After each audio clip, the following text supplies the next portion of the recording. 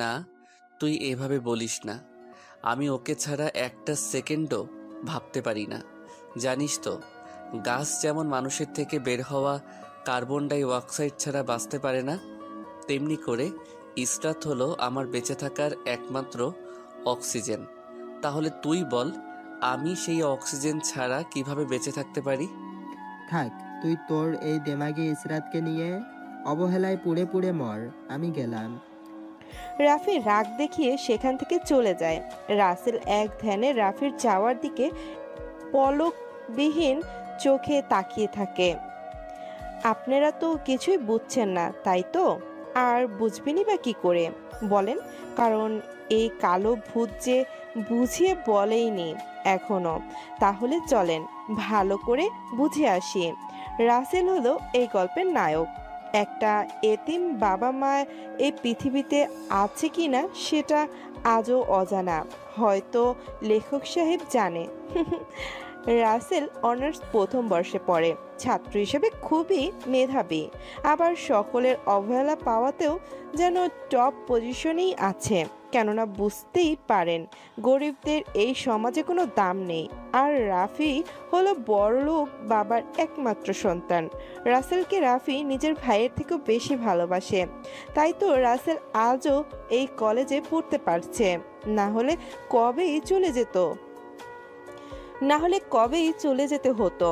হয়তো ওর কপালে পড়াশোনার শব্দটা বিলীন হয়ে যেত। এই রে, আপনাদের সাথে কথা বলতে বলতে রাসেল কথা তো ভুলেই গেছি। চলেন রাসেলের কাছে ফিরে যাই। রাসেল পকেট থেকে পুরনো বাটন ফোন বের করে ইশরাতের নাম্বারে কল দেয়। একবার রিং হয় কিন্তু কল রিসিভ করে না। দুইবার দেওয়ার পর 440 ভোল্টের রাগ নিয়ে কলটা রিসিভ করে বলে, কি জন্য এখন আবার ফোন করেছো? তুমি জানো না আমার সামনে পরীক্ষা? ও, তোমার সামনে তো পরীক্ষা? আমার সেটা মনেই ছিল না। তা একটু ভালো করে বললেও পারতে। তোমার সাথে এত প্রেমের সুরে কথা বলার সময় বা ইচ্ছা কোনোটাই নেই। আমাকে যখন তখন ফোন দিয়ে বিরক্ত করবে না, বলে দিলাম। আমি কি সত্যি তোমার বিরক্তের কারণ? আমার সাথে একটু মন খুলে কথা বলতেও কি ইচ্ছে করে না তোমার? না, করবে না। তোর সাথে কথা বলে আমার সময় নষ্ট করতে চাচ্ছি না। এখন তুই নিজে ফোন কাটবি নাকি দারোয়ান ডেকে কল কাটাবো, কোনটা? না না, সেটার দরকার নেই। সিম কোম্পানির স্যারেরা তো আছেই কল ডিসকানেক্ট করার জন্য। তুমি শুধু লাল বোতামটা চাপ দিলেই হবে। বুঝতে পেরেছি। তাহলে এখন দূর হ আমার সামনে থেকে, সময় হলে কথা বলবো। তুমি যে বলছো পরীক্ষার জন্য কথা বলতে পারবে না, কিন্তু ছেলেদের নিয়ে বাইকে করে ঠিকই ঘুরে বেড়াও। তুই কি এখন আমাকে সন্দেহ করিস নাকি? আর ও আমার মামাতো ভাই ছিল। তোমাকে সন্দেহ করার ক্ষমতা আমার নেই। আচ্ছা, পরের সময় হলে কল দিও। অপেক্ষা করাই তো এখন আমার অভ্যাসে পরিণত হয়ে গেছে। রাসেল কলটা কাটার আগেই ইশরাত ঠাস করে কলটা কেটে দেয়। রাসেল আবারও চোখের পানি মুছে দীর্ঘ একটা শ্বাস ফেলে সেখান থেকে চলে আসে গ্যারেজে। কারণ রাসেল এখানে কাজ করে, এক মুঠো ভাত পেতে দিয়ে শান্তিতে ঘুমাতে পারে। রাসেলের আজকে কাজে আসতে লেট হওয়াতে মালিক এসে ঠাস করে একটা থাপ্পড় দিয়ে বলে, তোকে এই জন্য কাজে রাখিনি যে আমার ব্যবসার ক্ষতি করবি। কয়টা বাজে দেখেছিস? খুব তো বলেছিলি তোর দ্বারা আমার ব্যবসার উন্নতি হবে, এখন তো ব্যবসার লাল বাতি জ্বালাচ্ছিস। আসলে আজকে একটু বেশি সময় কলেজে থাকতে হয়েছে, তাই আসতে একটু লেট হয়েছে। এমনটা আর হবে না। পড়ে কি করবি শুনি? নিজের পেটের ভাত জোগাড় করতেই পারিস না, আবার পড়াশোনা করিস। যা কাজ কর। রাসেল সেখান থেকে গিয়ে কাজ করতে লাগে। চোখের পানি কখনোই রাসেল চোখ থেকে সরতেই চায় না। সে যেন ওর সারা জীবনের সঙ্গী হয়ে গেছে। রাসেল দুঃখী মনে কাজ করে রাতে বাসায় এসে হাড়ের দিকে তাকিয়ে দেখে দুমুঠো চাল আর দুইটা আলু ছাড়া কিছুই নেই। কি আর করবে? রাসেল চাল ধুয়ে আলু দুইটা ভাতের মাঝে দিয়ে গোসল করে নেয়। ভাত রান্না শেষ করে আলু ভর্তা করতে নিয়ে দেখে এক ফোঁটা সরিষার তেলও নেই। কি আর করা, অমনি লবণ মরিচ ডলে ভর্তা করে খাবার খেতে বসে। তৃপ্তি সহকারে খাবার খেয়ে নেয়। খাবার রুচি দেখে মনে হচ্ছে যেন রেস্টুরেন্ট থেকে কাচ্চি বিরিয়ানি এনে খেলো। হে আল্লাহ, তোমার ভান্ডারে কি শুধু আমার জন্যই কষ্ট গচ্ছিত আছে? যদি সেটাই হয় তাহলে কষ্টের সাথে আমাকে সেই কষ্ট সহ্য করার ক্ষমতা কেন দাওনি? আমার যে আর এই স্বার্থপর পৃথিবীতে বাঁচতে ইচ্ছে করে না। কি করে বাঁচবো বলো? যেই মানুষটাকে আঁকড়ে ধরে বেঁচে থাকার স্বপ্ন দেখেছিলাম, সেও যে আজ দূরত্বটা বাড়িয়ে দিচ্ছে। রাসেল এমনভাবে কাঁদতে কাঁদতে ইশরাতকে কল দেয়, কিন্তু ইশরাত বারবার কেটে দেয়। শেষ পর্যন্ত ফোন সুইচ অফ করে রাখে। রাসেল চোখে পানি নিয়ে কখন যে ঘুমিয়ে যায় সেটার কোনো হদিশ নেই। সকালে ফজরের আজানের শব্দ শুনে রাসেল ঘুম থেকে উঠে মসজিদে গিয়ে নামাজ পড়ে নেয়। মসজিদ থেকে বাসায় এসে পেটে ক্ষুধা নিয়ে বইকে সামনে রেখে পড়তে বসে। ঘরে কিছু নেই যে রান্না করবে, আবার পকেটে টাকাও নেই। মাসের শেষ, বুঝতেই পারেন। রাসেল পড়তেছে এমন সময় রাফি কল দেয়। রাসেল রাফির কল দেখে তাড়াতাড়ি রিসিভ করে। হ্যালো দোস্ত, কেমন আছিস? তোকে কষ্ট দিয়ে আমি কি করে ভালো থাকবো বল? কালকে তোকে একটু বেশি বলেছি, প্লিজ ইয়ার মাফ করে দিস। তোর বোকা, কষ্টই যার জীবনসঙ্গী তার আবার নতুন করে কষ্ট কেন হবে? দেখ, এইভাবে বলিস না। আমি জানি তোর অনেক কষ্ট হয়েছে আমার কথা শুনে। না রে, তুই যেমনটা ভাবছিস তেমনটা আসলে মোটেও হয়নি। আচ্ছা, বাদ দে তো এইসব এখন। আচ্ছা ঠিক আছে, তা বস, সকালে নাস্তা করেছিস তো নাকি? রাসেল রাফিকে যদি বলে নাস্তা করেনি তাহলে এক্ষুনি বাসায় খাবার নিয়ে আসবে, কিন্তু রাসেল সেটা চায় না। কেননা এমনিতেই রাফি ওর জন্য অনেক করে, তাই ভেবে চিনতে বলে। আমি খেয়েছি। তুই খেয়েছিস নাকি রাইসার জন্য না খেয়ে দিন কাটাচ্ছিস? ও, আপনাদের তো বলাই হয়নি, রাইসা হলো রাফির ক্রাশ। কিন্তু আফসোস, রাফি মনের কথা এখনো রাইসাকে বলতে পারেনি, কারণ রাইসা অনেক রাগী, কাউকে পাত্তা দেয় না। ইশরাতের বান্ধবী বলে কথা। এই দেখেন, একজনের পরিচয় দিতে এসে আরেকজনের কথা মনে পড়ে গেল। চলেন সেটাও শুনে নেই। পুরো নাম ইশরাত জাহান, সবাই ইশরাত বলেই ডাকে। ইশরাত এবার ইন্টার প্রথম বর্ষে পড়ে। ইশরাত হলো ধনী বাবার একমাত্র আদরের মেয়ে। ওর বাবা এই দেশের নামকরা বিজনেসম্যানদের মধ্যে একজন, মাও ডাক্তার, তাই অহংকারটাও একটু বেশি। এবার চলেন মূল গল্পে। আরে দোস্ত, কি যে বলিস না, ওর চাঁদ মুখটা দেখলেই তো আমার পেট ভরে যায়, খাবারের প্রয়োজন থাকে না। কি যে বলিস তুই! সেটাই যদি হতো, ইসরাত তো সেই লেভেলের সুন্দরী। কই, আমার তো না খেলে পেট ভরে না। তোমারটার যেই অহংকার আর শরীর ভর্তি কারেন্ট, তাই তো ওর থেকে তোর কাছে পাওয়ার আসে না। তাহলে ক্ষুধা তোর না লেগে যাবে কোথায়? ভুলে যাস না রাইসা, ও কিন্তু ইসরাতের বান্ধবী, আর বলতে গেলে রাগের দিক থেকে কেউ কম না। সেই জন্য তো আজও ওকে ভালোবাসি কথাটা বলার সাহস করতে পারতেছি না। এইভাবে অনেক সময় কথা বলে রাফি রাসেলকে রেডি হয়ে বের হতে বলে। ফোন কেটে দেয়। রাসেলও কেটে দিয়ে সেই পুরনো শার্ট আর প্যান্ট পরে বের হয়। একটু পরেই রাফি বাইক নিয়ে ওর সামনে এসে দাঁড়ায়।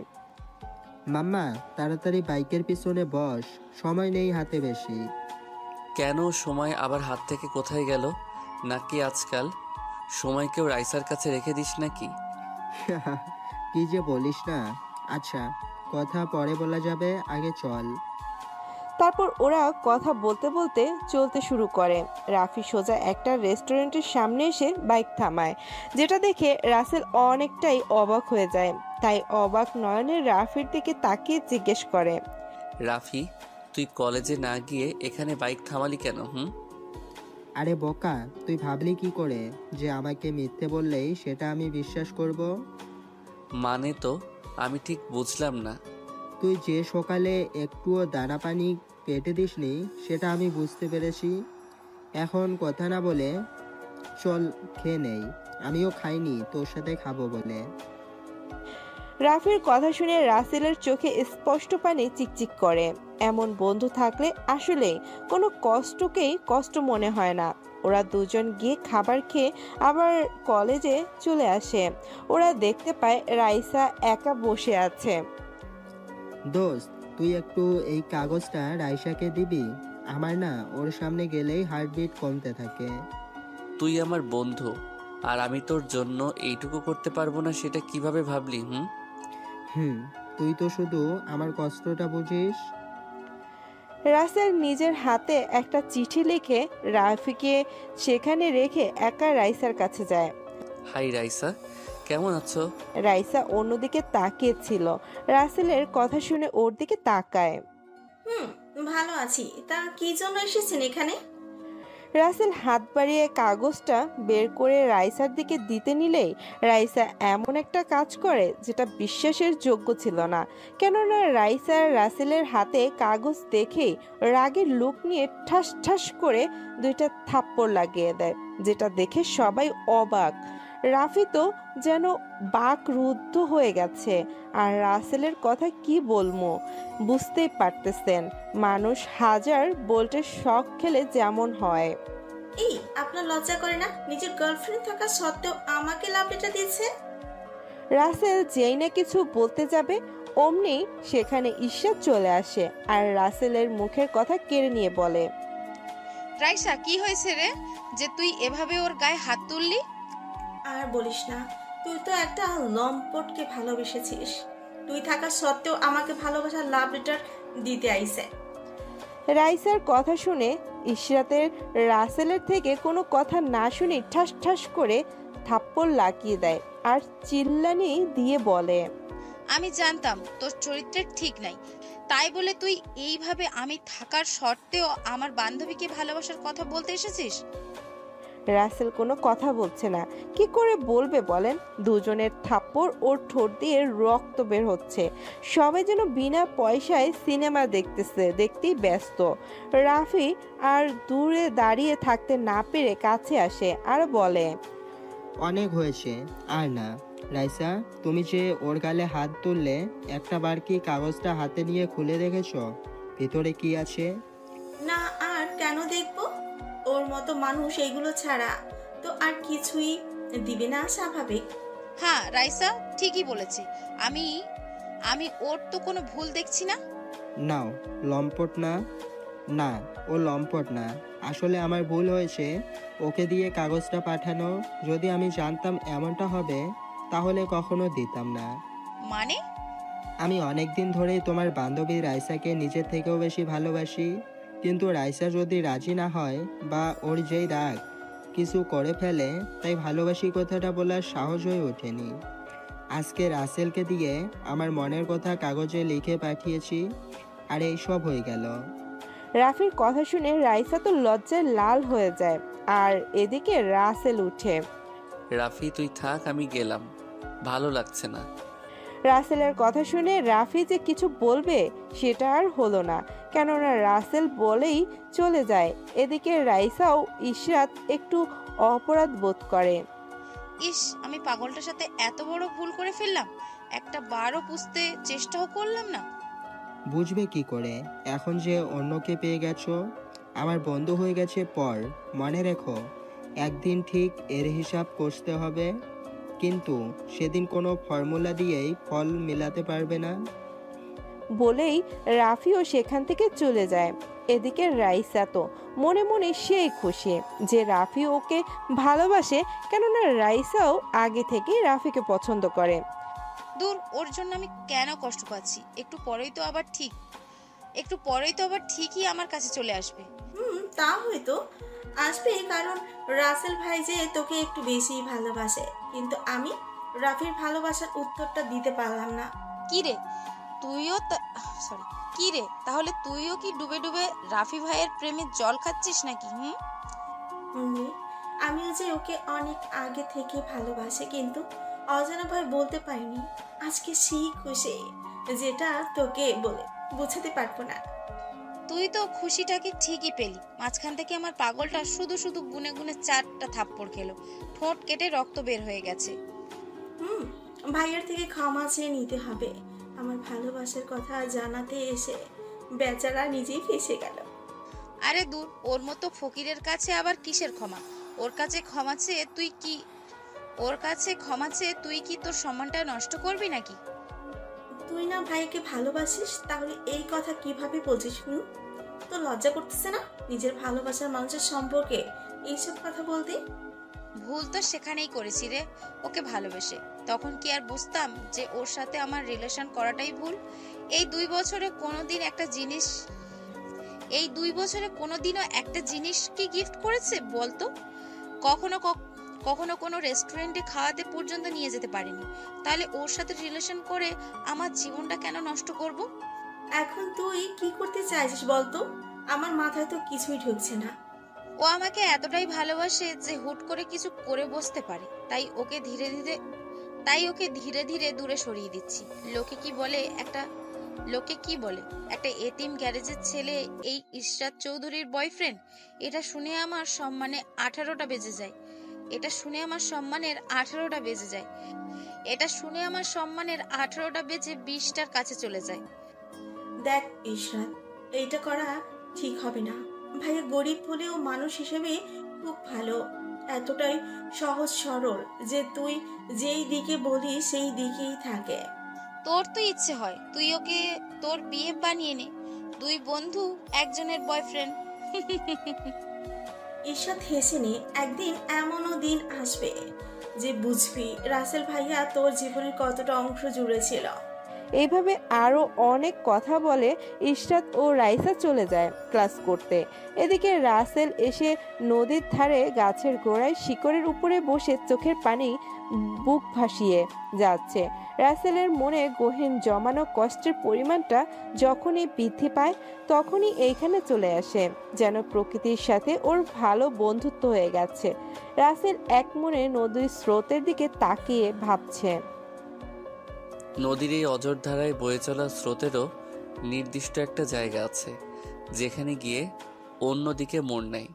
কিন্তু আমার জীবন নামক নদীতে যেই স্রোত হামেশাই বয়ে চলেছে তার কি কোনো নির্দিষ্ট জায়গা নেই?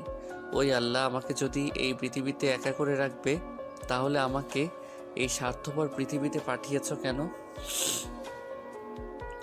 জানো, যখন সবাই আমাকে এতিম বলে তখন মনে হয় আমার এই ছোট্ট কলিজাটা কসাইখানাতে গরুর কলিজা কেটে টুকরো টুকরো করার মতো লাগে। তারা কেন বোঝে না আমি কি নিজে থেকে এতিম হয়েছি, নাকি তুমি আমাকে এতিম করে পাঠিয়েছ? আমার বাবা মা তো আমাকে এই পৃথিবীর আলো দেখিয়ে বেঁচে গেছে, রেখে গেছে আমাকে এই দুঃখের সাগরে ভাসতে ভাসতে জীবন সংগ্রাম করার জন্য। জানি না এই পৃথিবীর বুকে আজও তারা আছে, নাকি তোমার কাছে থেকে আমার কষ্ট দেখে মজা নিচ্ছে। রাসেল এক মনে এইসব ভেবেই যাচ্ছে। এইদিকে অনেকটা সময় ধরেই রাফি কাজে ব্যস্ত থাকার কারণে রাসেলের খবর নিতে পারেনি। হঠাৎ রাসেলের কথা মনে হলে ফোন করে। রাসেল রাফির নাম্বার দেখে চোখের কোণে জমে থাকা পানি মুছে ফোনটা রিসিভ করে। হ্যাঁ দোস্ত, বল। কোথায় তুই এখন? লোকালয়ে তো আমার থাকতে ভালো লাগে না, তাই কোলাহল মুক্ত জায়গায় নীল আকাশের নিচে নদীকে সঙ্গী বানিয়ে বসে বসে তার সাথেই নিজের কষ্টগুলোকে ভাগ করে নিচ্ছি। যদি নদীর স্রোতের মতো আমার বুকে জমে থাকা কষ্টগুলো ভেসে যেত। দেখ, এইভাবে বলিস না। আমার ভুল হয়েছে তোকে ওখানে পাঠিয়ে। আমি যদি আগে একটাবার ভেবে দেখতাম এমনটা ঘটবে তাহলে কখনোই তোকে যেতে দিতাম না। তুই মিছা মিছা নিজেকে দোষারোপ করছিস। আমার আল্লাহ যে ওইটা আমার জীবন খাতায় আগেই লিখে রেখেছিল, যেটা কেউ পরিবর্তন করতে পারে না। তোর সাথে কথা বলে কোনোদিনও পেরে উঠিনি, আজকে তাহলে কিভাবে পেরে উঠব? আচ্ছা তুই চলে আয়, ওখানে থাকতে হবে না। এভাবে আরও কিছু সময় কথা বলে রাফি কল কেটে দিলে রাসেল সেখান থেকে উঠে গ্যারেজে এসে কাজ করতে লাগে। কাজ করতে করতে সন্ধ্যার আধার ঘনিয়ে আসে। রাসেল কাজ শেষ করে বাসায় চলে আসে। বাসায় রেখে খাবার মতো কিছুই নেই, শুধু ফ্রিতে পাওয়া পানি ছাড়া। আবার এখন তো এই পানিও অনেক জায়গায় ফ্রিতে পাওয়া যায় না। রাসেল পেটের ক্ষুধাকে পাথর চাপা দিয়ে এক গ্লাস পানি খেয়ে শুয়ে পড়ে। ভীষণ মনে পড়ছে ইশরাতের কথা, তাই বিছানায় পাশে পড়ে থাকা ফোনটা হাতে নিয়ে ইশরাতের নাম্বারে কল দেয়। কিন্তু ওই যে কথায় আছে না, কপাল ভালো থাকলে সব কিছুই পাওয়া যায়, তেমনি রাসেলও পেল ওই পাশ থেকে একটা সুন্দরী মেয়ের মিষ্টি কণ্ঠে, আপনি যে নাম্বারে কল করেছেন সেটা এই মুহূর্তে বন্ধ আছে, দয়া করে একটু পরে আবার চেষ্টা করুন।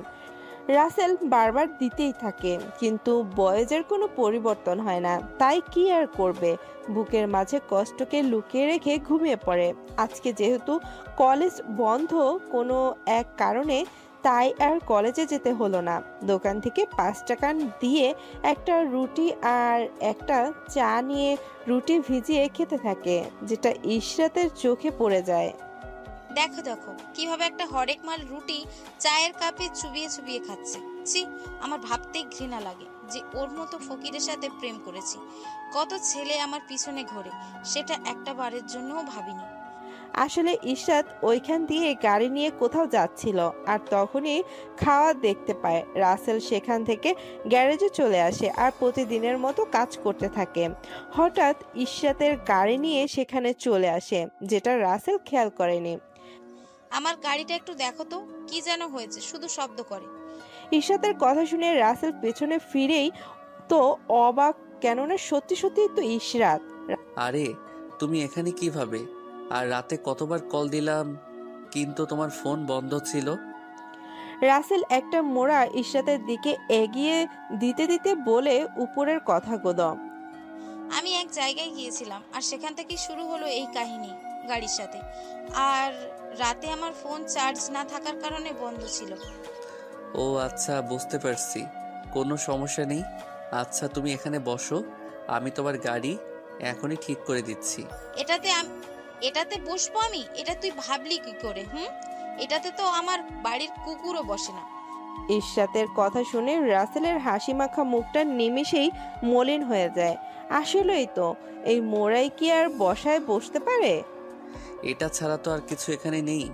আচ্ছা তুমি কি গাড়িতেই বসে থাকো, বাইরে থাকতে হবে না।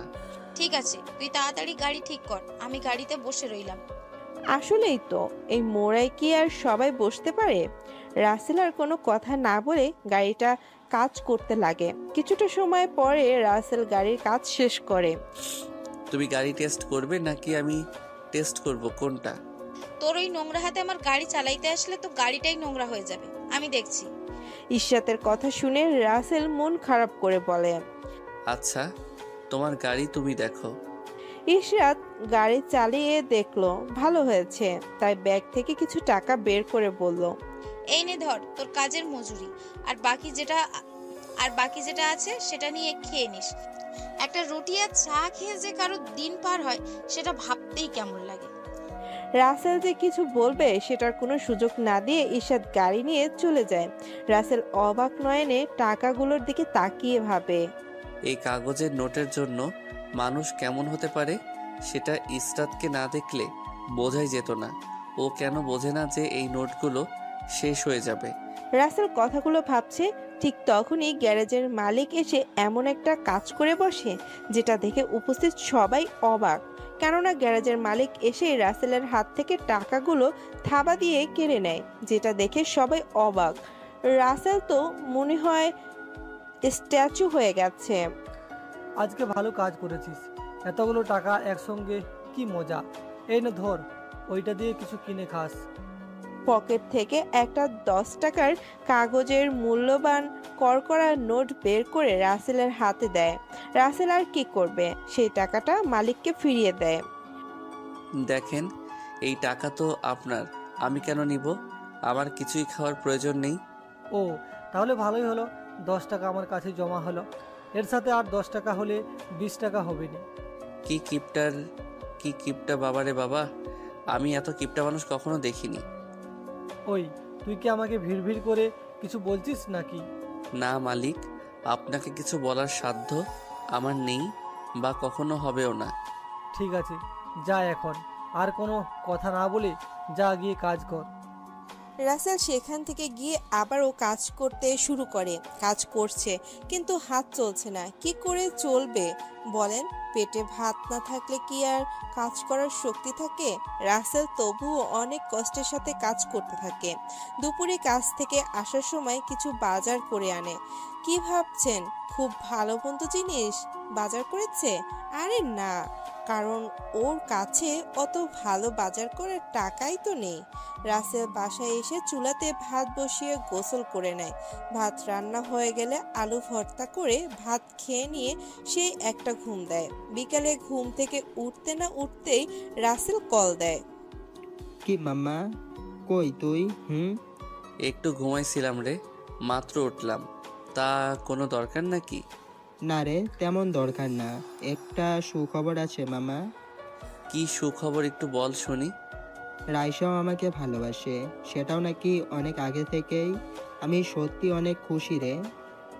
যাক, আমি খুশি যে নিজের গালে থাপ্পড় খেয়েও তোর ভালোবাসার জন্য কিছু করতে পেরেছি। এমনিতেই তো আমার মতো মানুষ কারো উপকারে আসে না।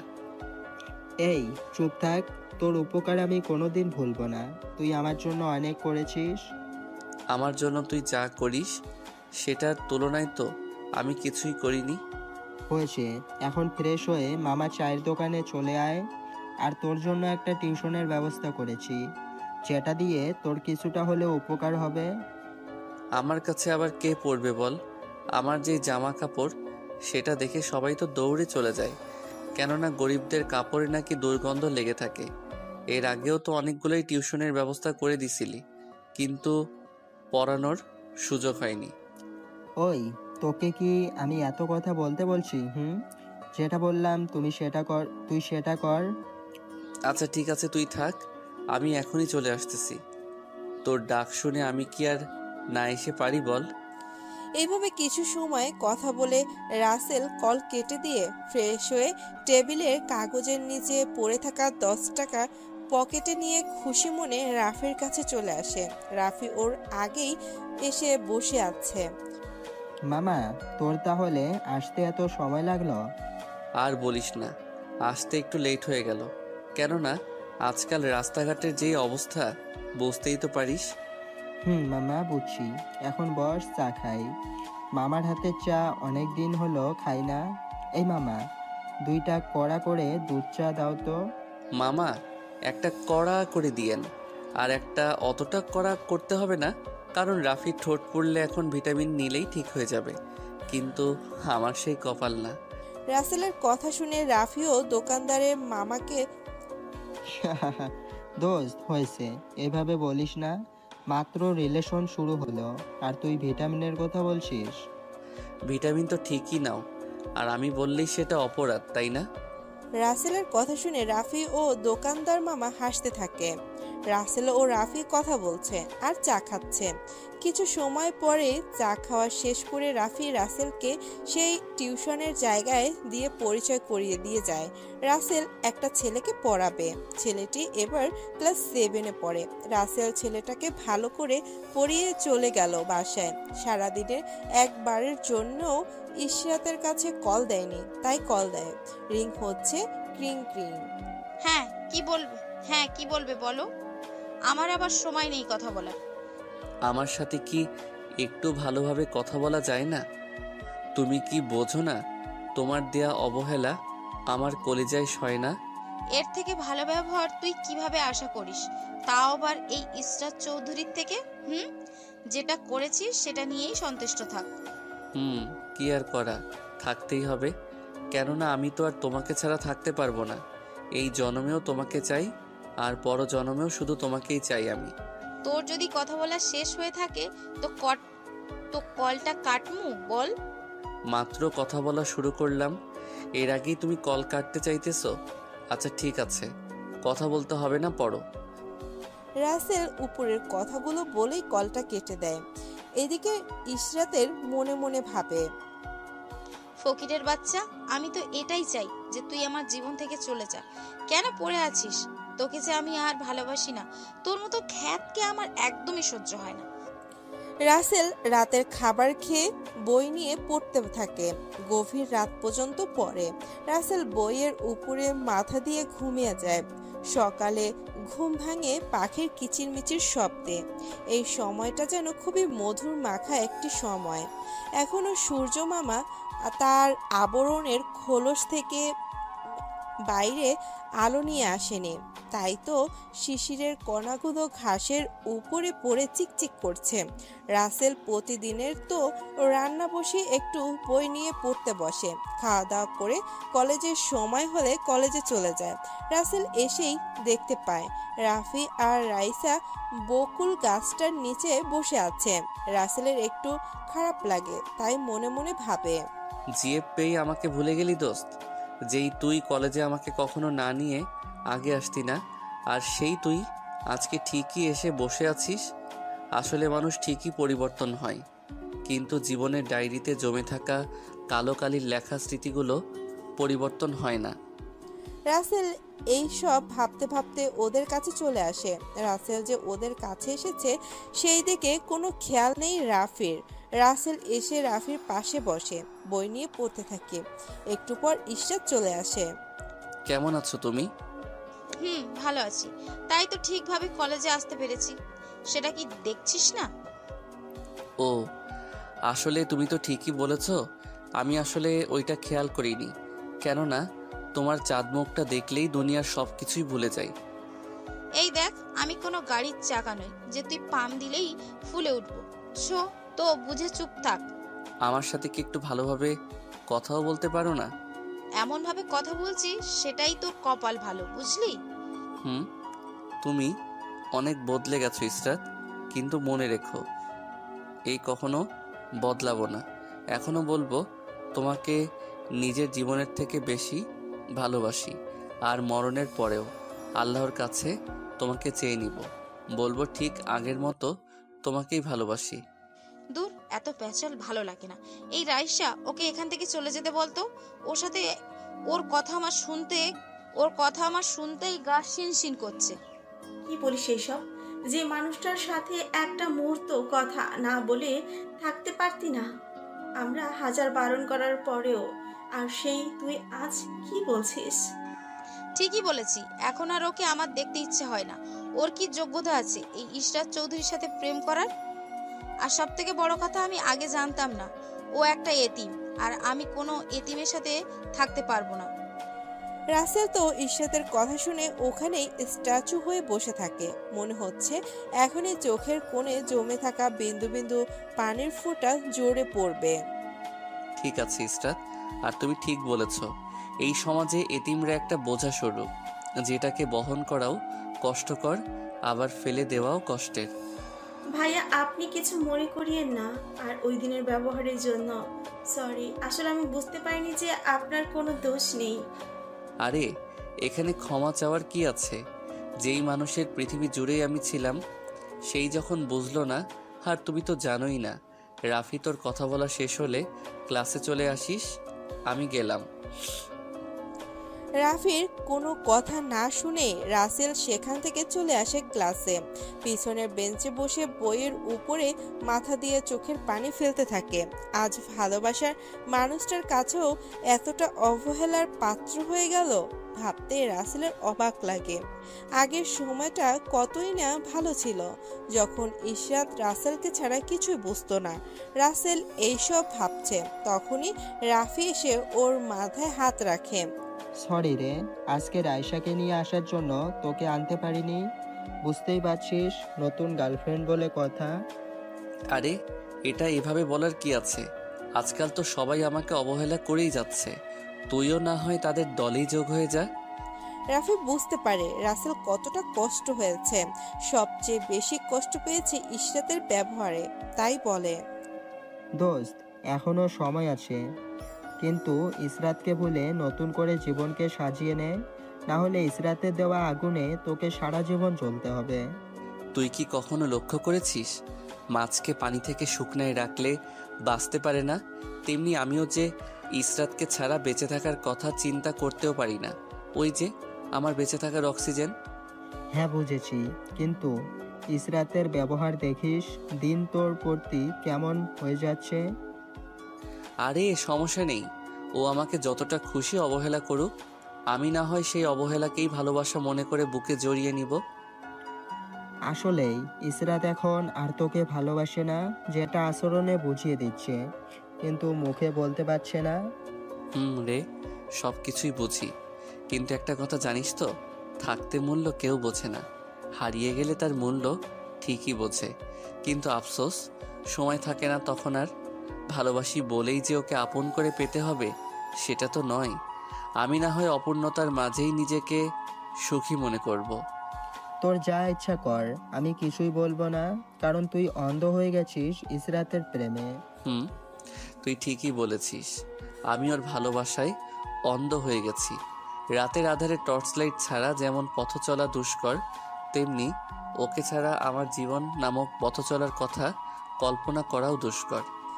এভাবে আরও অনেক ভাবে রাফি রাসেলকে বোঝাতে থাকে, কিন্তু রাসেল নানান যুক্তি দেখিয়ে সেটা উড়িয়ে দেয়, যেন যুক্তি বিদ্যায় পিএইচডি করে এসেছে। এইভাবে সব কিছুর ক্লাস শেষ হয়ে যায়। শেষ হয়ে যায়। রাসেল একাই চলে যায় বাসায়, কেননা রাফির এখন রাইসার আছে, ওকেও সময় দিতে হয়। একটা এতিমের জন্য তো আর নিজের কষ্টে জোটানো ভালোবাসার মানুষকে দূরে ঠেলে দিতে পারে না, তাই না বলেন? রাসেল বাসায় বইগুলো রেখে চলে যায় গ্যারেজে। এসে প্রতিদিনের মতো এক বস্তা বকা শুনে কাজ করতে থাকে। রাতে বাসায় এসে ভাত রান্না করতেছে, এমন সময় রাফির ফোন আসে। রাসেল মোবাইলের স্ক্রিনে তাকিয়ে রাফি নাম দেখে তাড়াতাড়ি কলটা রিসিভ করে। হ্যাঁ দোস্ত, বল, কি জন্য কল দিলি? তোর তো আবার রাইসাকে ছাড়া সময় কাটে না। এখন তো প্রায় ভুলেই যাচ্ছিস যে তোর একটা এতিম বন্ধু আছে। দোস্ত, এইভাবে বলিস না, আসলে তখন কিছু বলার ছিল না রে। বুঝতেই পারছিস, নতুন নতুন প্রেম আমার, তাও আবার অনেক কষ্টের পর পাইছি। বুঝতে পারছি। আর আল্লাহর কাছে একটাই দোয়া করি, তোদের প্রেমটা যেন আমার মতো না হয়। এইভাবে আরো কিছু কথা বলে রাসেল কলটা কেটে দেয়। নানান কষ্ট অবহেলার মাঝে দিয়ে চলতে থাকে রাসেলের জীবন। ইশরাতের দেওয়া কষ্টগুলোতে আর চোখের পানি ঝরে না, কারণ সব পানি আগেই ফুরিয়ে গেছে। একদিন রাসেল কলেজে আসে একটু লেট করে। ভেতরে গিয়ে দেখতে পারে রাইসা ও ইশরাত বসে আছে, কিন্তু অবাক করার বিষয় হলো ইশরাত সেই দিনের ছেলেটার সাথে অন্তরঙ্গ ভাবে কথা বলছে। যেই দেখবে সেই বলবে এরা মেড ফর ইচ আদার। তাহলে রাসেল কিভাবে মানবে এটা? ইশরাতের ভাই। তাই রাসেল ইশরাতের কাছে যায় আর ওই ছেলেটাকে কলার ধরে উঠিয়ে ঠাস করে থাপ্পড় লাগিয়ে দেয়। তোর সাহস কি করে হয় আমার কলিজার সাথে এইভাবে বসে কথা বলার? শালা লুচ্চা একটা। ওই ছেলেটা যেই না রাসেলকে কিছু বলতে যাবে, অমনি ইশরাত ছেলেটাকে আটকিয়ে রাসেলের গালে ঠাস ঠাস করে 4টা থাপ্পড় লাগিয়ে দেয়। উপস্থিত সবাই এটা দেখে অবাক, আর রাসেল তো অবাকের চরম পর্যায়ে, ঠোঁট কেটে রক্ত বের হয়ে গেছে। তোর সাহস কি করে হয় ওর গায়ে হাত তোলার? সামান্য একটা ভিখারি হয়ে আমার বয়ফ্রেন্ডের গায়ে হাত তুলিস? ইশরাতের আঘাতের থেকেও বেশি কষ্ট যেন ইশরাতের কথা শুনে পায় রাসেল। রাসেল ভাবতে পারেনি এমনটা ইশরাত বলতে পারবে। তুমি না সেই দিন বললে ও তোমার মামাতো ভাই, আর আজকে আমি থাকতেই ওকে বয়ফ্রেন্ড বানিয়ে নিলে? বাহ ইসরাত, বাহ। হ্যাঁ, সেই দিন তোকে মিথ্যা বলেছিলাম তুই কষ্ট পাবি বলে। ও আসলে আমার বয়ফ্রেন্ড। জানিস ও অনেক ধনী। আমার কখনো কোনো কষ্ট হবে না ওর সাথে। কষ্টের কথা যদি চিন্তা করতে তাহলে এমনটা করতে পারতে না। আচ্ছা, এই পৃথিবীতে কি টাকাই সব? শোন, এত কথা বলে সময় নষ্ট করতে চাই না। তোকে সোজা সাপটা বলে দিচ্ছি, কোনোদিন তোর ওই ফকিন্নি মার্কার চেহারা আমাকে দেখাবি না। সত্যি কি অদ্ভুত, তাই না? একটা সময় এই ফকিন্নি মার্কার চেহারাটাই না দেখলে তোমার রাতের ঘুম হারাম হয়ে যেত, আর আজকে সেই চেহারাটাই বিরক্তের কারণ হয়ে গেছে। তখন তো আর বুঝিনি যে আমি কতটা ভালো ছেলেকে ডিজার্ভ করি। সেটা আগে যদি জানতাম তাহলে কি আর তোর মতো লম্পটের সাথে রিলেশন করতাম? বাহ, আজ নিজেই আমাকে লম্পট বানিয়ে দিলে, যেখানে লম্পটের ফুল মিনিংটাও বুঝতে আমার কষ্ট হয়। শোন, তুই হলি একটা এতিম, তোর সাথে কোনো একটা এতিমকেই মানায়। আমার মতো এত সুন্দর আর ধনী ঘরের মেয়ে তোর সাথে মানায় না। এটা ইচ্ছা করা আর আসমানের চাঁদ হাতে নিয়ে আদর করা একই কথা। ঠিকই বলেছ, আমি একটা এতিম, যার মূল্য এই সমাজের কারো কাছেই নেই। তবে হ্যাঁ, তুমি চাচ্ছ তোমার সামনে যেন কখনো না আসি। তোমার এই কথাটা আমি রাখবো, কেননা কখনো তো আর তোমাকে কিছু কিনে দিতে পারিনি। তাই এই সামান্য কিছুর জন্য যদি তুমি সুখী হতে পারো, আমি তাতেই সুখী। আমি না হয় তোমাকে দূর থেকেই ভালোবেসে যাব। ভালোবাসলেই যে পূর্ণতা পেতে হবে সেটা তো না, কারণ কিছু কিছু ভালোবাসার পূর্ণতা হয় না, এরা হামেশাই অপূর্ণ থেকে যায়। হয়েছে, তোর ডায়লগ শোনার কোনো ইচ্ছে বা সময় কোনোটাই নেই আমার। যা, ভাগ এখান থেকে। আজকে যেই মানুষটাকে অবহেলা করে দূর দূর করে তাড়িয়ে দিচ্ছ, একদিন ঠিকই এই আমিটাকে নিজের করে পাওয়ার জন্য চোখের জল আর নাকের পানি এক করে ফেলবে। কিন্তু আফসোস, সেদিন কিছুই করার থাকবে না। বেশি কিছু বলে তোমার সময় নষ্ট করতে চাই না। ভালো থেকো, আর পারলে মন থেকে ক্ষমা করে দিও। রাসেল কথাগুলো চোখের কোণে পানিকে লুকিয়ে রেখেই বলে, হাত দিয়ে পানি মুছতে মুছতে সেখান থেকে চলে যায়। মনে মনে একটা সিদ্ধান্ত নেয়, এই অবহেলার শহরে আর থাকবে না, চলে যাবে দূরে কোথাও, যেখানে থাকবে না ইশরাতের প্রতি ওর কোনো টান।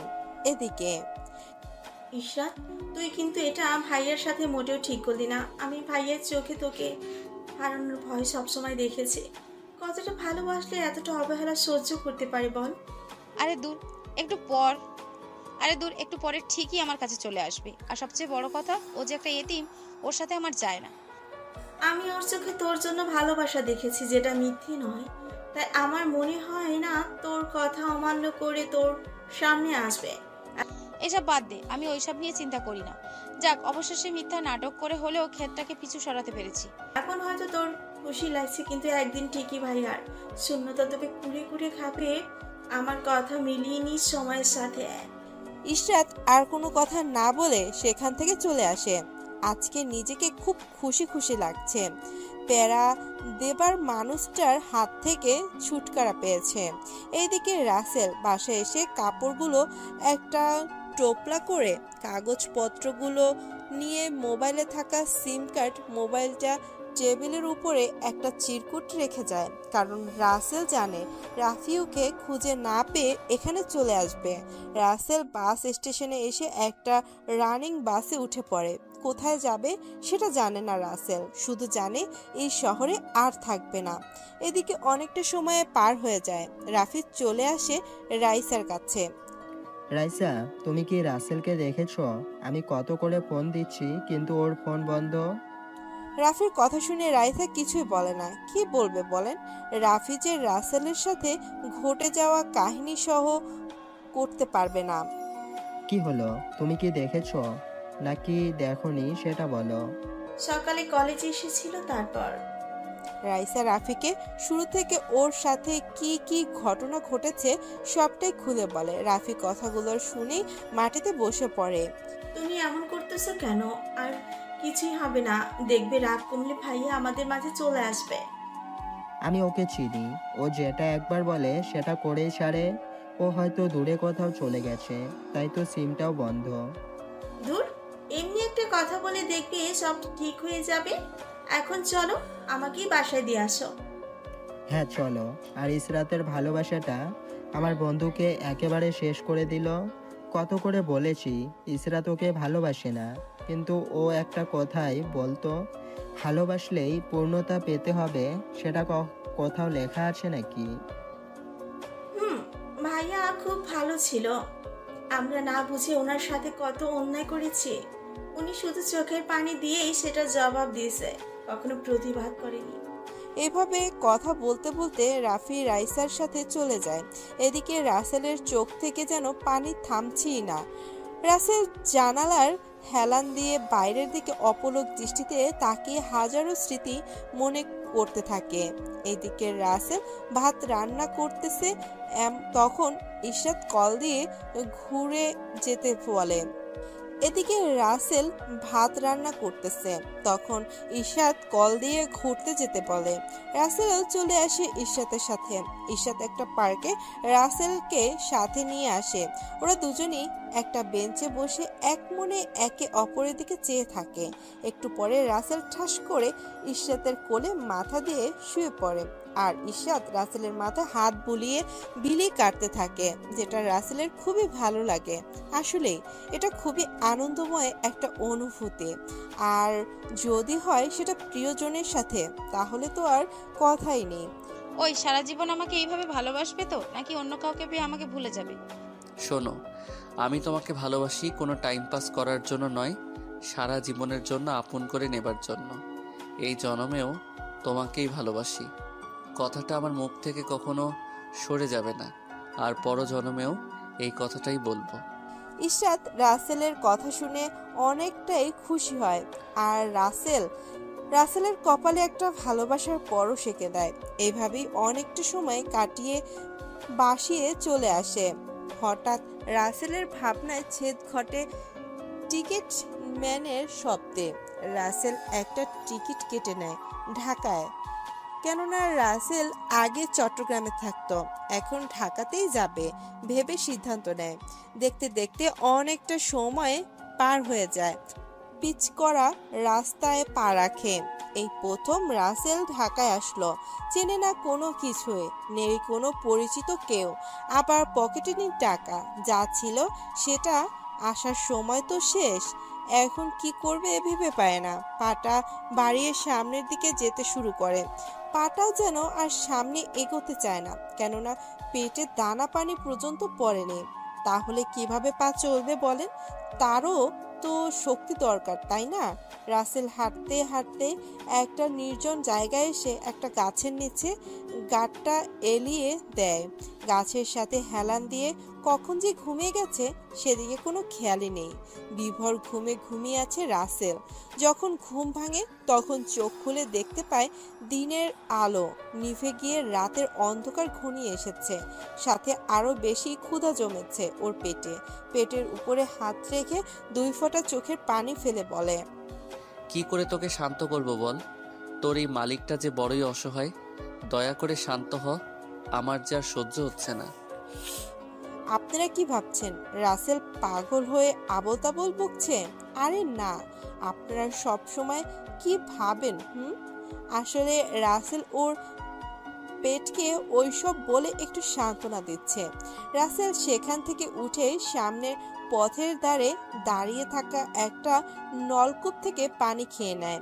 খুব একটা খেতে পারে না, কারণ পেট খালি থাকলে পানিও ভিতরে যেতে চায় না। তার আগেই পেট ব্যথা শুরু হয়ে যায়।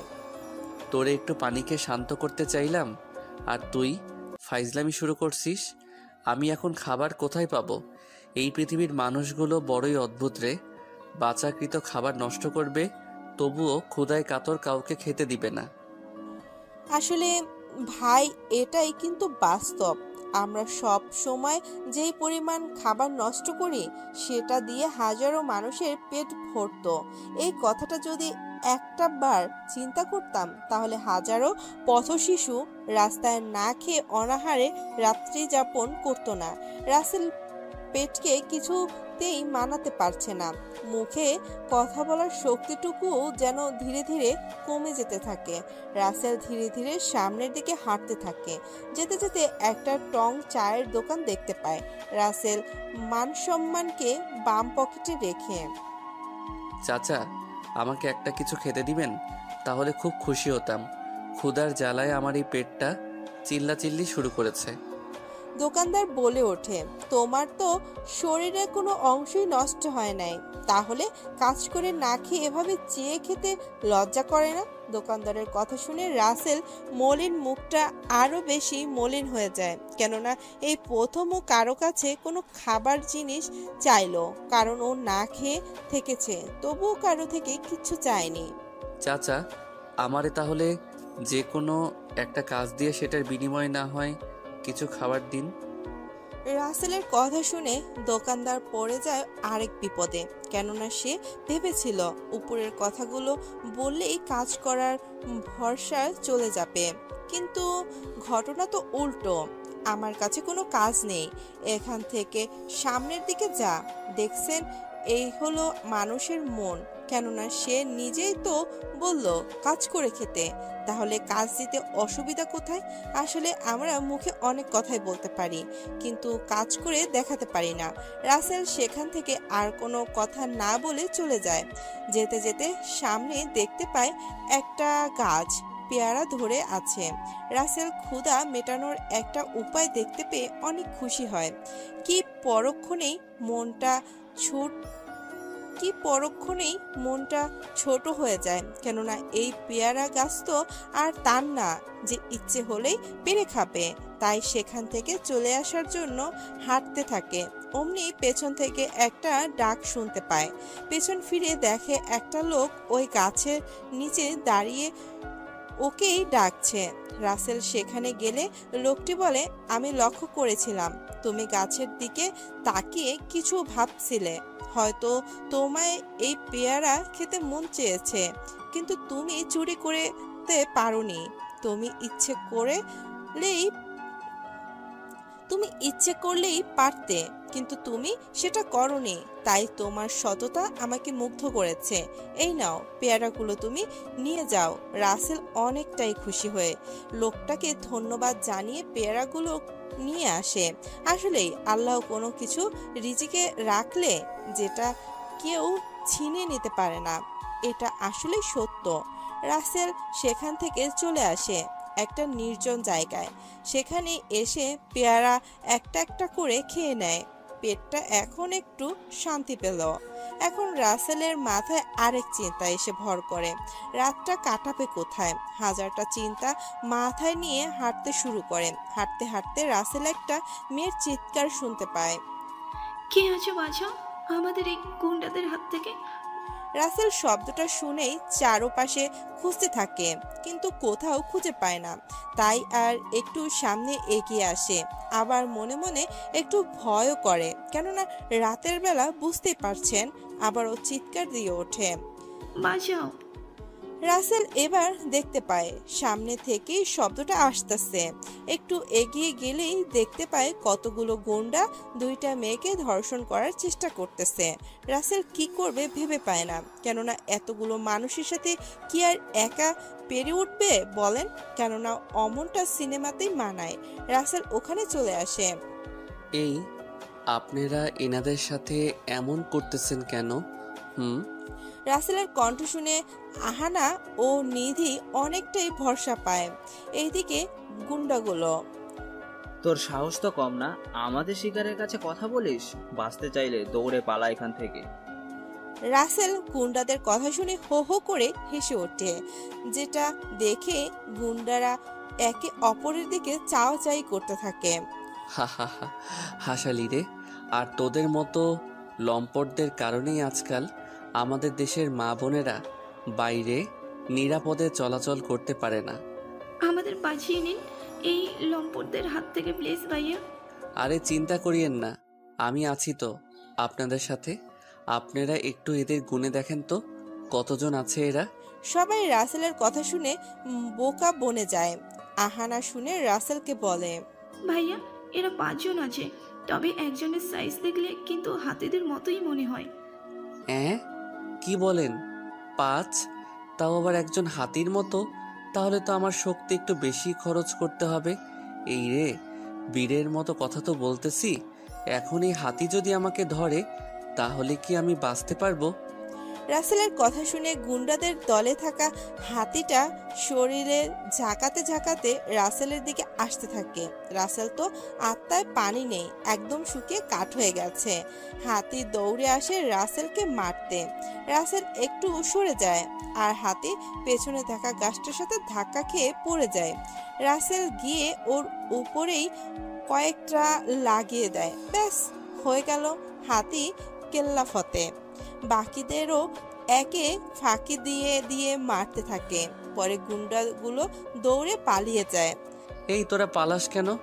আয়, আমার তো এখনো পুরোপুরি ব্যায়াম করাই হলো না। আহানা ও নিধি কাছে এসে বলে, ভাইয়া আপনাকে অনেক অনেক ধন্যবাদ আমাদের ওদের হাত থেকে বাঁচানোর জন্য। ধন্যবাদ দেবার কি আছে, এটা আমার কর্তব্য। তুমি যদি আমার বোন হতে তাহলে কি আমি তোমাদের বিপদে রেখে যেতে পারতাম বলো? আমার তরফ থেকেও আপনাকে অনেক অনেক ধন্যবাদ। রাসেল এত সময় নিধিকে খেয়াল করেনি। নিধি কথা শুনে রাসেল ওইদিকে তাকিয়ে যেন হাঁ হয়ে যায়। মুখ থেকে একটাই শব্দ বের হয়, পড়ি। রাসেলের কথা শুনে নিধি ও আহানা একে অপরের দিকে তাকিয়ে চাওয়াচাই করতে থাকে। এখানে গুন্ডা ছিল, কিন্তু পরি কোথা থেকে আসলো? আর আমরা তো কোনো পরি দেখতে পাচ্ছি না। আমার সামনেই তো দাঁড়িয়ে আছেন, আপনি কি পরীর থেকে কোনো অংশে কম না কি বলেন? রাসেলের কথা শুনে নিধি তো লজ্জায় লাল হয়ে যায়, আর আহানা মিটমিট হাসতে থাকে। ভাইয়া, আমি আহানা ইয়াসমিন, আর ও হলো আমার একমাত্র কলিজের বান্ধবী অনামিকা জান্নাত নিধি। ও আচ্ছা, আর আপনাদের নামটা খুবই সুন্দর। আর আমি হলাম রাসেল। আচ্ছা, আপনারা এত রাতে এখানে কেন? আসলে হয়েছে কি, আমার একটা বান্ধবীর জন্মদিনের অনুষ্ঠানে গিয়েছিলাম, আর আসার সময় গাড়ি নষ্ট হয়ে যাওয়াতে ড্রাইভারকে গাড়ির কাছে রেখে হেঁটেই যাচ্ছিলাম। আর বাকিটা আপনি জানেন। ও বুঝলাম। আচ্ছা চলেন, আমি আপনাদেরকে বাড়ি পৌঁছে দেই। ওরা তিনজনে কথা বলতে বলতে হাঁটা শুরু করে। কিছুটা সময় পরে নিধি বাসায় চলে আসে। নিধিরা অনেক বড় লোক। রাসেলকে বাড়ির ভিতরে যেতে বলে, কিন্তু আহানাকে বাড়ি পৌঁছে দিতে হবে বলে যায় না। আবার আহানাকে ওর বাড়ি পৌঁছে দেয়। আহানাদের বাড়িও যেন নিধিদের কোনো অংশে কম না, বরং ওদের থেকে বেশিই বড়। ভাইয়া চলো ভিতরে, বাবা মায়ের সাথে কথা বলে তারপর যাবে। না বোন, আজকে না, অন্য একদিন যাব। আমাকে এখন কাজ করতে হবে। আচ্ছা তাহলে আপনার মোবাইল নাম্বারটা দিন, পরে কথা বলা যাবে। আহানা কিছু বলার আগেই রাসেল সেখান থেকে চলে আসে। থাকবে কোথায় সেটা ভাবতেই যেন মাথা কাজ করা বন্ধ করে দেয়। রাসেল আহানাদের বাড়ির দারোয়ানের কাছে গিয়ে বলে সে আজকের রাতটা এখানে একটু থাকতে পারবে নাকি। দারোয়ান একটু ভালো ছিল, তাই রাসেলকে তার রুমে থাকতে দেয়। রাসেল দারোয়ানকে ধন্যবাদ দিয়ে রুমে এসে শুয়ে ইশরাতের কথা চিন্তা করে। ইসরাত, তুমি আমার সাথে যেই নাটক করেছো তার জন্য তোমাকে কাঁদতেই হবে। তুমি দেখে নিও, তোমাকে নিজের থেকেও ভালোবেসেছিলাম। কি দোষ ছিল আমার? আমি এতিম আর গরিব, এটা কি আমার দোষ? আল্লাহ তো এমনটা আমার ভাগ্যে লিখেছে। এইসব ভাবতে ভাবতেই ঘুমিয়ে পড়ে। সকালে রাসেল একটু দেরিতেই ঘুম ভাঙে। দারোয়ানও ডাকেনি ওকে। রাসেল উঠে রুম থেকে বেরিয়ে সামনে যেতে নিলেই আহানার বাবা মিস্টার রফিকুল চৌধুরী বলে ওঠে, এই ছেলে, তুমি এখানে কেন? তোমাকে তো এর আগে কখনো দেখিনি। আসসালামু আলাইকুম। আসলে আমি দারোয়ান কাকার থেকে সাহায্য নিয়ে রাতে এখানে থেকেছিলাম। আমার কোনো যাবার জায়গা নেই তো তাই। ও আচ্ছা, ভালো করেছো। তা বাবা, তোমার নামটা কি শুনি? রাসেল বলতে যাবে অমনি ভিতর থেকে আহানা এসে পিছন থেকে বলে ওঠে, বাবা, ওর নাম রাসেল। তোমাকে রাতে যার কথা বলেছিলাম, এই সেই ছেলে। কি বলিস? আর রাসেল, তোমাকে অনেক অনেক ধন্যবাদ আমার মেয়েকে গুন্ডাদের হাত থেকে রক্ষা করার জন্য। ধন্যবাদের কি আছে? ওনার জায়গায় যদি অন্য কেউ থাকতো তাহলে আমি ঠিক এমনটাই করতাম। তাই দয়া করে ধন্যবাদ শব্দটি বলে আমাকে ছোট করে দিবেন না। রাসেলের কথা শুনে রফিকুল চৌধুরী অনেকটাই খুশি হয়। তা বাবা, তুমি রাতে এখানে থেকেছো কেন?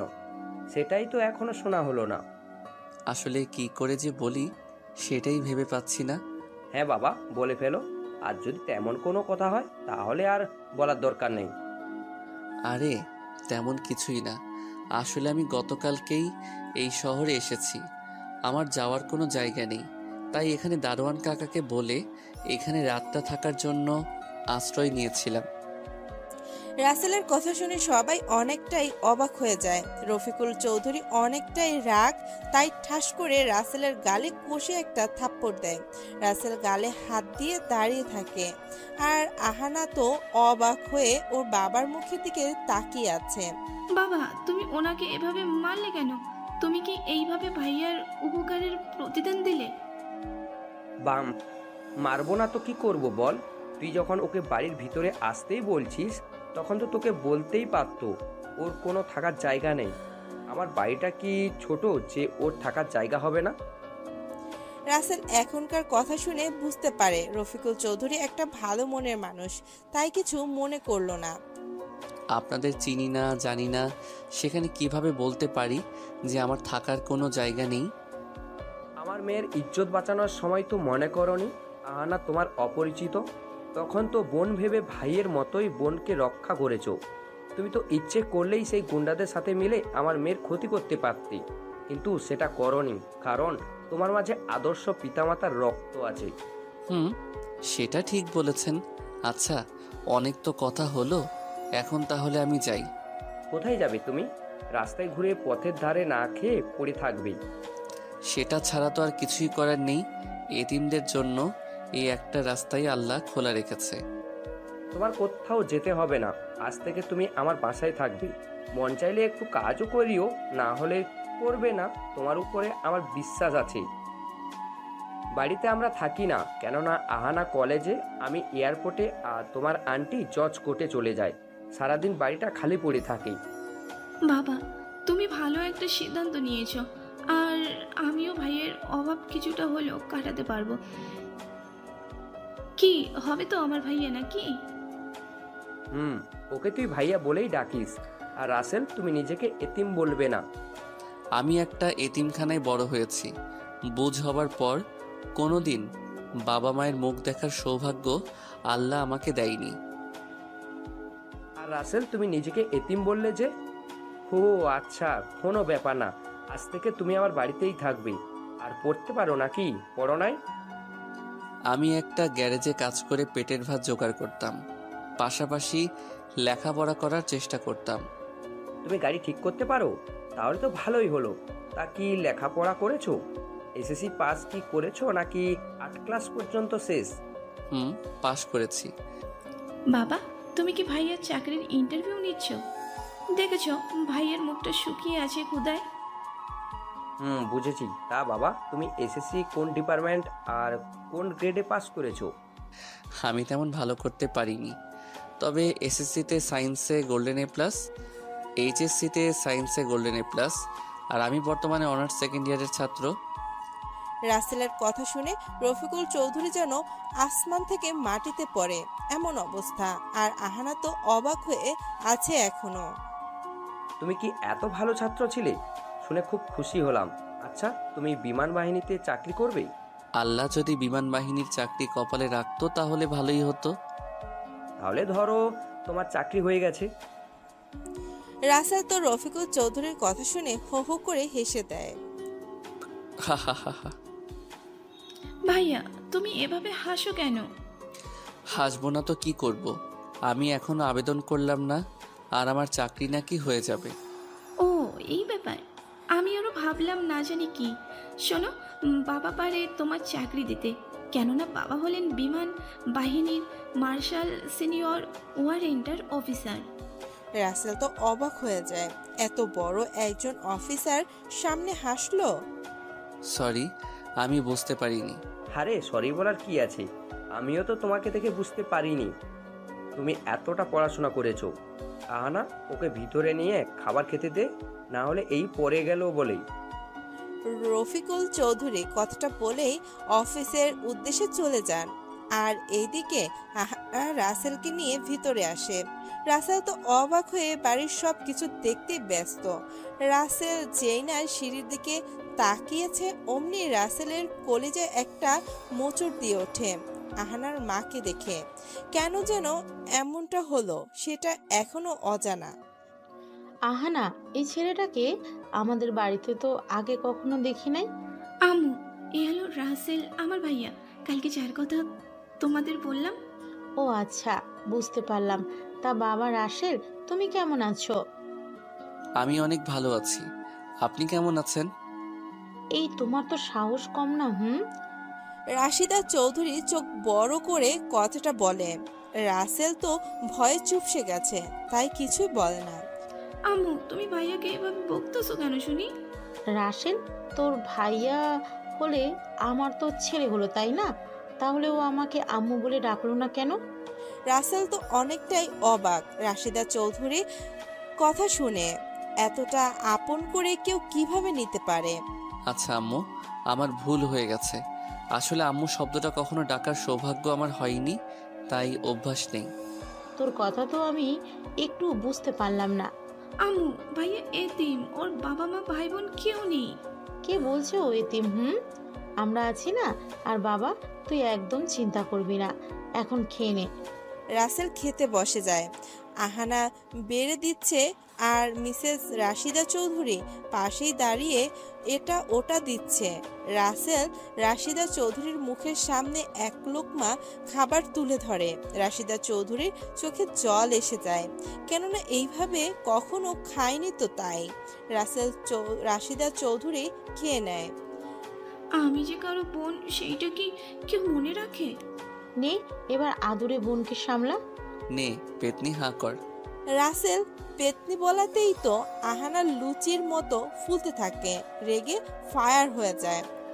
ভাইয়া, তুই আমাকে পেতনি বললি? তুই পেতনি, তোর বউ পেতনি। হা হা হা, ছেলেরা কিভাবে পেতনি হয় শুনি? আর আমার তো বউ নাই, তাই তুই তাকে পেতনি বলেও লাভ নাই। যা, তোর সাথে কোনো কথা নাই। আহানা অন্যদিকে মুখ ঘুরিয়ে কথাগুলো বলে। রাসেল খাবার ওর মুখের সামনে নিয়ে বলে, নে হাঁ কর। খাবো না আমি, তুই খা। আম্মু, ফুচকা যেন কোথায় পাওয়া যায়? চলো না, আমি আর তুমি যে খেয়ে আসি। তবে যদি কেউ যেতে চায় সাথে, তাহলে যেতে পারে। ভাইয়া, আমি যাব, ফুচকা কত মজা। আহানার কথা শুনে রাসেল ও রাশিদা চৌধুরী হো হো করে হেসে ওঠে। নে, আগে খেয়ে নে, পরে না হয় ঘুরতে নিয়ে যাব তোকে, কেমন? আহানা রাসেলের হাত থেকে খাবার খেয়ে নেয় আর রাসেলের গলা জড়িয়ে ধরে বলে, এই তো আমার আদরের লক্ষ্মী ভাইয়া। এভাবে হাসি ঠাট্টার মাঝেই খাবারের পর্ব শেষ করে সোফায় বসে কথা বলতে থাকে। তখনই রাশিদা চৌধুরীর ফোনে আহানার বাবা কল দেয়। আসসালামু আলাইকুম। ওয়ালাইকুম সালাম। রাসেলের সব কাগজপত্র ইমেল করে দাও তো। রাসেলের কাগজপত্র মানে? তো আমি কিছুই বুঝলাম না। রাসেলকে বিমান বাহিনীর চাকরিতে ঢুকিয়ে দিমু, তাই ওর কাগজপত্র ইমেল করে দাও আমাকে। আচ্ছা, দিচ্ছি, দাঁড়াও তুমি। রাশিদা চৌধুরী কল কেটে দিয়ে রাসেলের থেকে সব কাগজপত্র নিয়ে রফিকুল চৌধুরীকে ইমেল করে ছবি সহ। রাসেল, তুই তাহলে আহানার কলেজে ভর্তি হয়ে পড়াটা শেষ কর। কি মজা, কি মজা, আমি ভাইয়ের সাথে কলেজে যাব। থাক, আর পড়াশোনা করব না। সবাই এতিম খ্যাত ছোট লোক বলে অপমান ছাড়া কিছুই বলে না। আমার ভাইকে এসব বললে এত বড় সাহস এই শহরে কারণেই। তবে গুন্ডাদের কথা বাদ। হা হা হা, এখনই না বললি কেউ কিছু বলবে না, তাহলে ভয় পাচ্ছিস যে? ভয় পাবো তাও আবার আমি? তোর বোন হয়, আমি বুঝলি নু ভয়। রাশিদা চৌধুরী আদেশ পেয়ে আহানা রাসেলকে নিয়ে একটা রুম দেখিয়ে দেয়। রুমটা অনেক সুন্দর করে সাজানো গোছানো। ওই স্যার বলতে হবে না। আচ্ছা আহানা, এই রুমটা এত সুন্দর করে সাজানো গোছানো কেন? এখানে কি কেউ থাকে? আসলে আমার একটা ভাই ছিল, ছোট্টবেলায় নাকি হারিয়ে গেছে, তাই আম্মু এই রুমটা ভাইয়ের জন্য প্রতিদিন সাজিয়ে রাখে, যদি ভাইয়া কখনো ফিরে আসে এটা ভেবে। আহানার চোখে নোনা পানি ভর করে, সেটা মুছতে যাবে অমনি রাসেল আহানার চোখের পানি মুছে দেয়। কাঁদিস না, দেখবি আল্লাহ একদিন তোর ভাইকে ঠিকই তোদের কাছে ফিরিয়ে দিবেন। আচ্ছা, তুই ফ্রেশ হয়ে একটু রেস্ট নে, আমি বরং নিধিকে একটু জ্বালিয়ে আসি। ও, তার মানে তুই এখন পরি ম্যাডামকে জ্বালানোর জন্য যাচ্ছিস? আর নিধিকে একদম রাগাস না, তাহলে কিন্তু তোকে ইনজেকশন দেবে।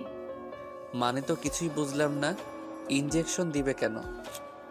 নিধি হলো ডাক্তার, হয়নি তবে আর 1 বছর পরে হবে। ও আচ্ছা, বুঝলাম। আচ্ছা সাবধানে যাইস কেমন? আর বেশি রাগিয়ে দিস না তাহলে। আর নিধি অনেক লক্ষ্মী একটা মেয়ে, আমু তো ওকে ছেলের বউ বলেই ডাকে। বাবারে বাবা, বলিস কি এটা? ছেলে নাই পাশে আর এইদিকে বৌমা খোঁজা শেষ। আচ্ছা তুই থাক, আমি গেলাম। রাসেল আর কথা না বলে ওয়াশরুম থেকে ফ্রেশ হয়ে বিছানায় গা এলিয়ে দিয়ে ভাবে কোথায় ছিল আর এক মুহূর্তের মাঝে কোথায় আসলো। ইশরাতের কথা বড্ড বেশি মনে পড়ছে রাসেলের। রাসেল মনটাকে শক্ত করে ইশরাতের কথা ভুলে অনেক কষ্ট ঘুমের নিজেকে বসে আনে, মানে ঘুমের দেশে পাড়ি জমায়। এদিকে ইশরাত বারবার মোবাইল হাতে নিয়ে চেক দেয় রাসেল কল বা মেসেজ দিচ্ছে নাকি, কিন্তু বারবার হতাশ হয়ে ফোন রেখে দেয়। ইশরাতের এখন একটু ভালো লাগে না, শুধু রাসেলের কথা বারবার মনে পড়ছে। ইশরাত কলেজে চলে আসে, দেখে রাইসা ও রাফি আগেই বসে আছে, কিন্তু রাফির মনটা খারাপ। রাইসা, কেমন আছিস তোরা? কেন, রাফি ভাইয়ের আবার কি হলো শুনি? ওর মনটা খারাপ, রাসেল ভাইয়ের সাথে কোনো যোগাযোগ করতে পারেনি। রাইসার কথা শুনে ইশরাত অনেকটাই অবাক হয়ে যায়। মানে রাসেল আবার কোথায় যাবে? কলেজে আসেনি এখনো? না, ওর ফোনটাও কাল থেকে বন্ধ, কোনো খবর পাচ্ছি না। তোমার কারণে আমার বন্ধুর কিছু হলে আমি তোমাকে ছেড়ে কথা বলবো না বলে দিলাম। ইশরাত কি বলবে ভেবে পায় না, ওর চোখেও আজ পানি। যেই মেয়েটার চোখে কাল অবধি পানি ছিল না, আজ এতিমটার জন্য তার চোখে পানি। আমি বুঝতে পারিনি এমনটা হয়ে যাবে। ও তো এমনটা আগে কখনো করেনি। আমি তো কত কিছুই বলেছি। তুই কি মনে করিস না যে কালকে যেটা করেছিস সেটা একটু বেশি ছিল? কালকে অবহেলার পরিমাণটা একটু বেশিই ছিল। আচ্ছা রাফি, রাসেল ভাই যেখানেই থাকতো তুমি কি সেটা চেনো? চিনি তো, ওই বস্তিতে থাকে। তাহলে চলো আমরা বরং গিয়ে দেখে আসি ভাই অসুস্থ হয়ে বাসায় বসে আছে নাকি অভিমান করে ফোন বন্ধ রেখে। হ্যাঁ চলো তাহলে। আমিও যাব তোমার সাথে, প্লিজ মানা করো না। আচ্ছা চলো। তারপর ওরা তিনজন রাসেল যেখানে থাকতো সেখানে চলে আসে। রুমে ঢুকতেই দেখতে পায় ঘরে চৌকি পর্যন্ত নেই, শুধু মাটিতে একটা পাটি বেছানো, আর পাশেই ভাঙা একটা টেবিলে গুছিয়ে রাখা কয়েকটা বই। এক কোণায় একটা মোবাইল সিম আর সাদা কাগজ পড়ে থাকতে দেখে রাফি হাতে নেয়। কি এটা? ওকে এই সিম আর মোবাইলটা আমি কিনে দিয়েছিলাম কথা বলার জন্য। কাগজটা খুলে দেখেন কি লেখা আছে। হ্যাঁ সেটাই দেখি আমার বন্ধু কি লিখেছে। রাফি কাগজটা হাতে নিয়ে পড়তে শুরু করে। দোস্ত,